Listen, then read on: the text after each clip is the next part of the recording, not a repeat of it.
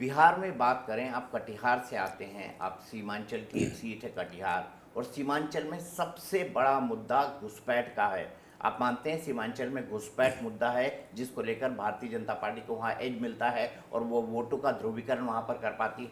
ये सरासर झूठ है और गलत बात है। ये एक समुदाय विशेष को बदनाम करने की साजिश है, वोट पोलराइजेशन की कोशिश है।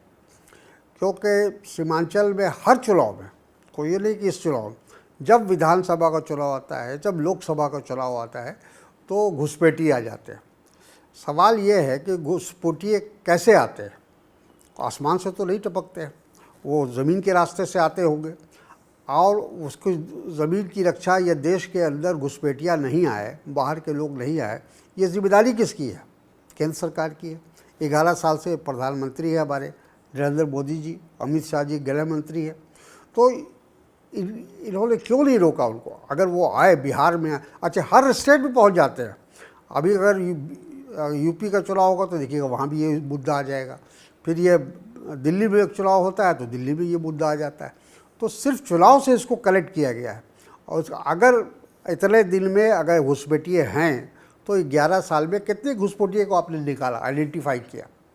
तो इससे बड़ा झूठ तो हो ही नहीं सकता। ये सिर्फ लोगों को भ्रमित करने के लिए ये नारा दिया जाता है कि हमारे यहाँ घुसपैठिए आ गए हैं।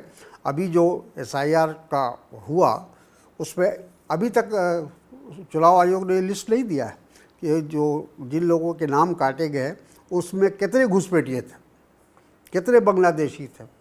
ये अभी तक तो लिस्ट नहीं दिया। ये क्या दिखाता है? ये क्या दिखाता है? चुनाव ये आयोग दिखाता का है लिस्ट कि ना ये देना क्या दिखाता है जो आपके ये हिसाब से? जो चुनाव आयोग ने कहा था, चुनाव आयोग के कमिश्नर ने भी ये बात कही थी ना कि हम जो लोग हमारे हिंदुस्तानी नहीं हैं, जो हमारे नागरिक नहीं हैं, उनको हम इसमें से काटेंगे। तो कितने लोग ऐसे लोगों को काटा आपने? उसकी सूची दीजिए, आप देश को बताइए कि इतने घुसपैठियों को हमने आइडेंटिफाई किया।